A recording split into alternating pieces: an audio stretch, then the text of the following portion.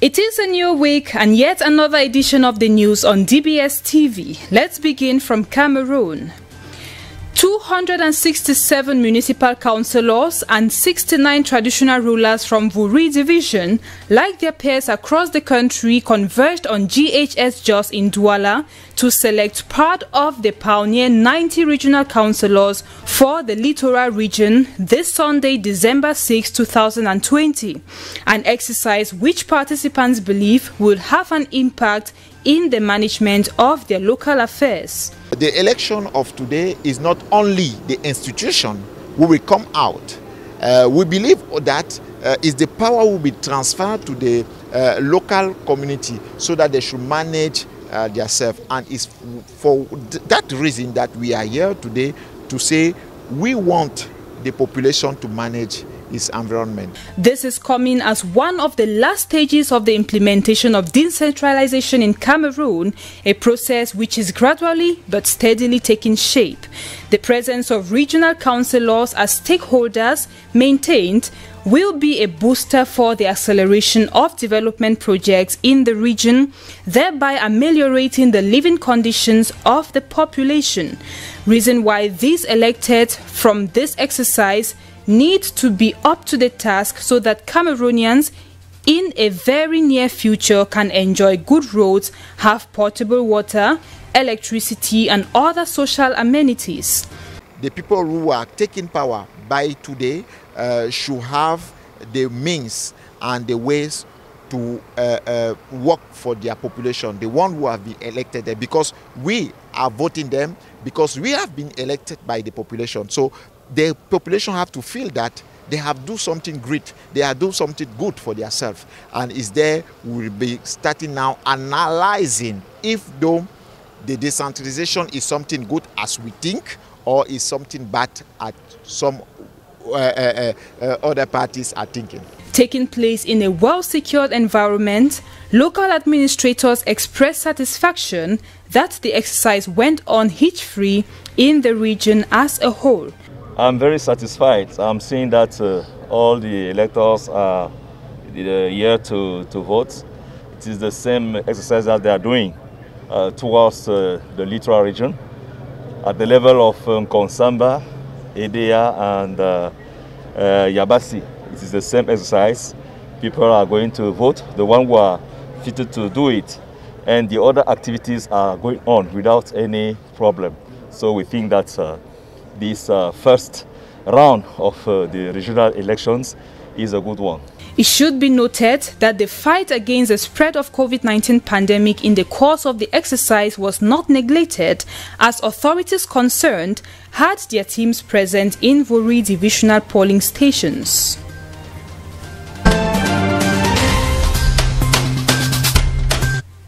Regional elections also took place in the south region of Cameroon, where municipal councillors and traditional rulers went to the polls to vote for their ever-first regional councillors, like everywhere else in the country. The elections took place on Sunday, December 6, in relative calm and order, as observed.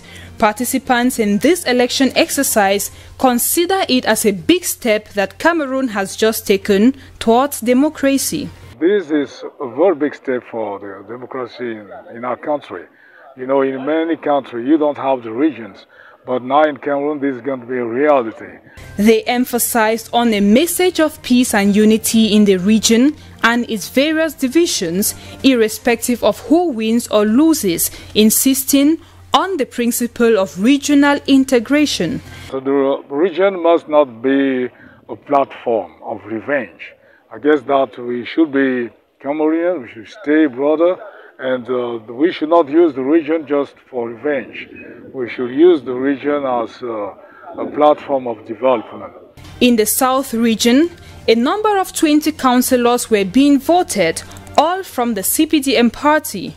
A number of 108 voters were registered and 95 effectively took part in the voting process, giving a total participation rate of 97.24% recorded according to official reports from the Ministry of Territorial Administration.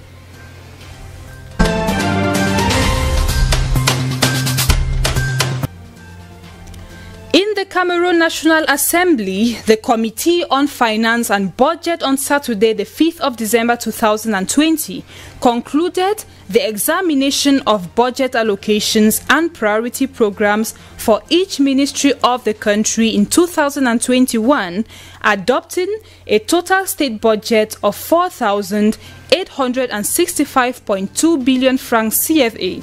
This budget was decided upon after over 6 days of scrutiny, where each minister had to defend their draft budget for their ministry. A general increase of 275 billion francs CFA has been witnessed, with some ministries in particular having significantly higher budget allocations. The Ministry of Public Works is one of those to have received a lion's share of 464.8 billion francs CFA. This is justified by the country's strong need of economic recovery, including the creation of several development infrastructures, which the Ministry of Public Works is in charge of. Other ministries like secondary education with 388 billion, the Ministry of Defense with 248.5 billion, basic education with 232.7 billion, water and energy resources with 228.4, housing and urban development with 124.8 billion, and that of public health with 197.1 billion got the highest budget. This is because education, health and safety are also government priorities. The Ministry of Public Health, for instance, says the fight against child mortality is among the top priorities. On the other hand, the ministries of external relations with 9 billion, that of trade with 7.4 billion, works and social security with 5.4 billion, the Ministry of Communication with 4.6 billion, and the Ministry of Arts and Culture with 4 billion are those who got the lowest budget allocations for the 2021 financial year.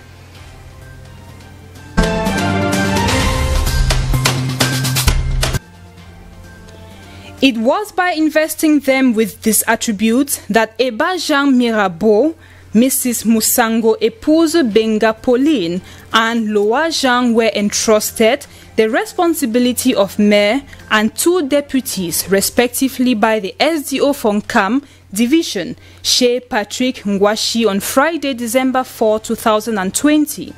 In a heavily attended ceremony, this municipal executive are taking up duty with a clear-cut roadmap to guide their mandate. Amongst the many issues awaiting them will be the problem of roads. Mayor Eba Jean Mirabeau highlighted that the Ministry of Public Works had permitted them to tar 16 kilometers of road within the municipality, a project which they had begun. Another important project will be the completion of the Douala, Boni Pupa and Boni Pupa Yabasi Road and other secondary roads to disenclave the municipality. And so, the SDO called on them to work in collaboration so as to realize these projects. The Yabasi is a divisional headquarters, and it should make a difference. The hygiene and sanitation program is a permanent program. If you look at Yabasi, it does not quite reflect the headquarters of a division. So that is why they have to work and even work overtime in order to achieve those objectives. This will be practical in only if they collaborate with the local population. If you look at the number of persons who are here today for the installation, it means that they have a good number of people behind them. And for them to realize their objectives, that population has to support and constantly work with them to make sure that the various projects are realized. Their installation is coming at a time the country is at the final stages of decentralization. Reason why? They should work closer to the people who voted them. It should be noted that their installation had been programmed for March 2020 but was postponed due to COVID-19 pandemic.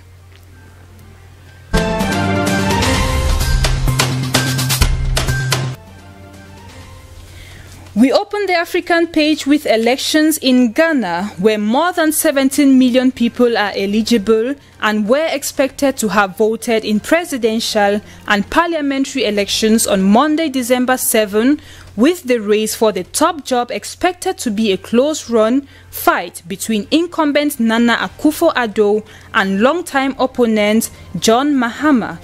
President Nana Akufo-Addo is seeking another 4-year term in office in Ghana's presidential election. The two major parties have always accepted electoral outcomes and pursued any grievances through the court. To ensure its continued tradition of peaceful polls, Akufo-Addo, 76, and Mahama, 62, on Friday signed a symbolic peace pact. They are amongst 12 candidates, including 3 women, who are running for the position. Voters cast their ballots for a new president and members of parliament for 275 constituencies that ended at 5 p.m. at 38,000 polling stations across the nation. More details in our next edition, so stay tuned.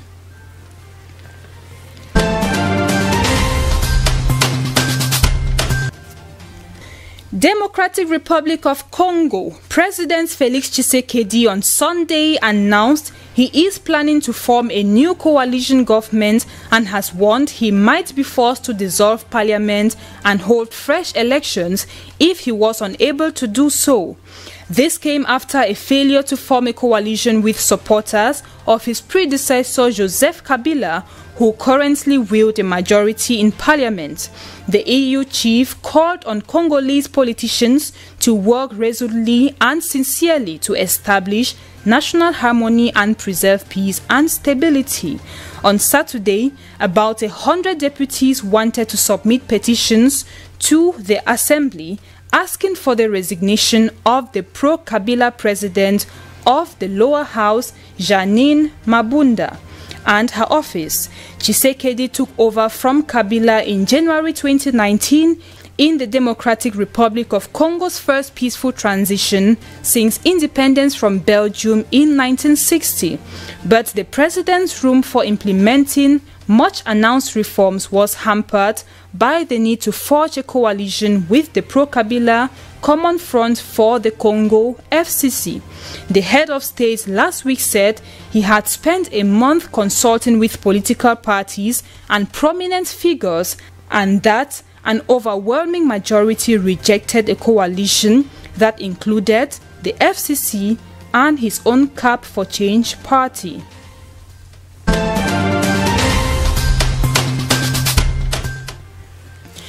Mali's interim legislature has elected Colonel Malik Diao as its president. Diao is a member of the military junta that toppled President Ibrahim Boubacar Keïta in August. The 121-seat body, known as the National Transition Council, over the weekend elected Diao after meeting for its inaugural session in the capital, Bamako. Colonel Malik was elected president unopposed, with 111 votes in his favor and 7 abstentions. This is supposed to play a crucial role in the transition to civilian rule within 18 months. On Friday, the opposition June 5 movement, which led protests against Keïta this year, said it was boycotting the new legislature. It said it would not serve as a stooge for a disguised military regime. According to a government decree, members of the defense and security forces have 22 seats in the Transition Council, while political parties, civil society groups and trade unions also have seats. Figures with army links dominate this interim government, however, and anger over this prominent role is growing.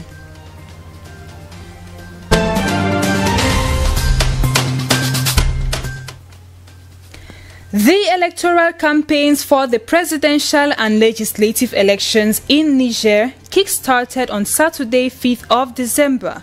This comes after the launch of campaigns for the municipal and regional elections on Wednesday the 2nd. 30 candidates are vying for the chair of president and 359 for the 171 seats of deputies. The campaigns for the presidential and legislative elections will last for 3 weeks, and nearly 7.5 million voters are expected to vote on Sunday, December 13, to choose their locally elected officials.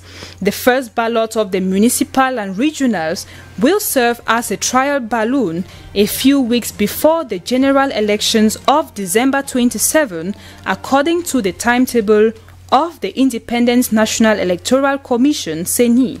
At the end of these elections, a democratically elected president will pass the torch to another civilian candidate, a first in Niger.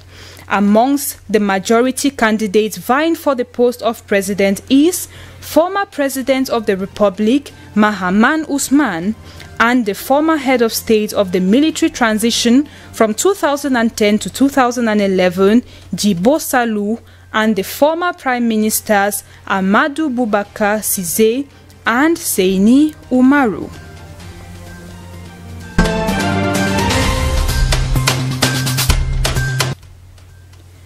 Egyptian President Abdel Fattah al-Sisi has begun a 3-day visit to France this Monday, December 7, to underscore close ties, but with a renewed crackdown on political dissent at home.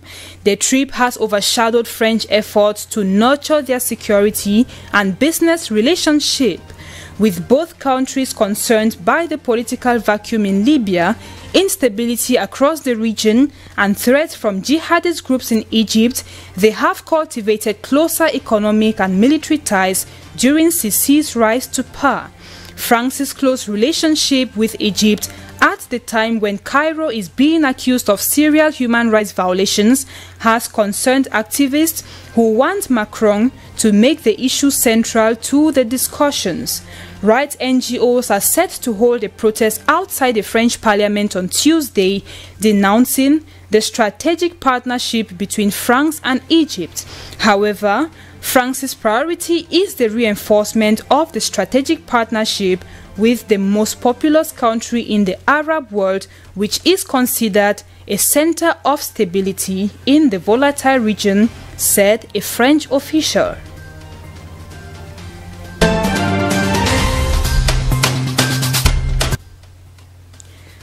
Hours after polls closed on Sunday, December 6, Venezuela's Election Commission declared Maduro's United Socialist Party and allied parties had won 67% of the vote.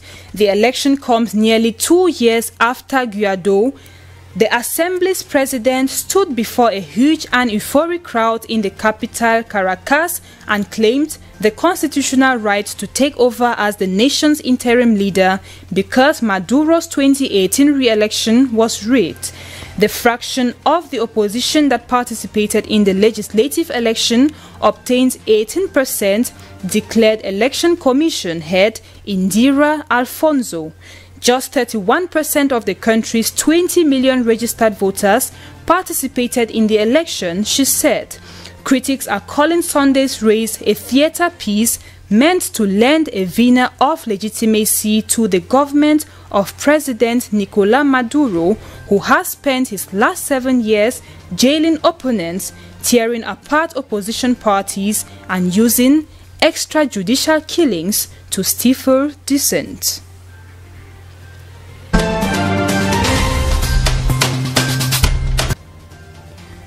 Romanians have headed to the polls to vote in the legislative election on Sunday, December 6.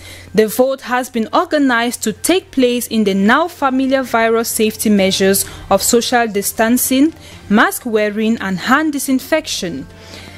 In a region where populists and nationalists have recently gained ground, Liberal Prime Minister Ludovic Orban has pledged to modernize one of the European Union's poorest countries and keep it on a pro-European path. The country has been rocked by several years of political and social turmoil.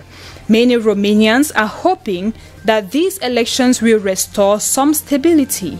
The coronavirus, which has pushed Romania's healthcare system nearly to breaking point, also appeared to be a blow to election turnout, which fell to 31.84%, the lowest in any parliamentary poll since the fall of communism in 1989.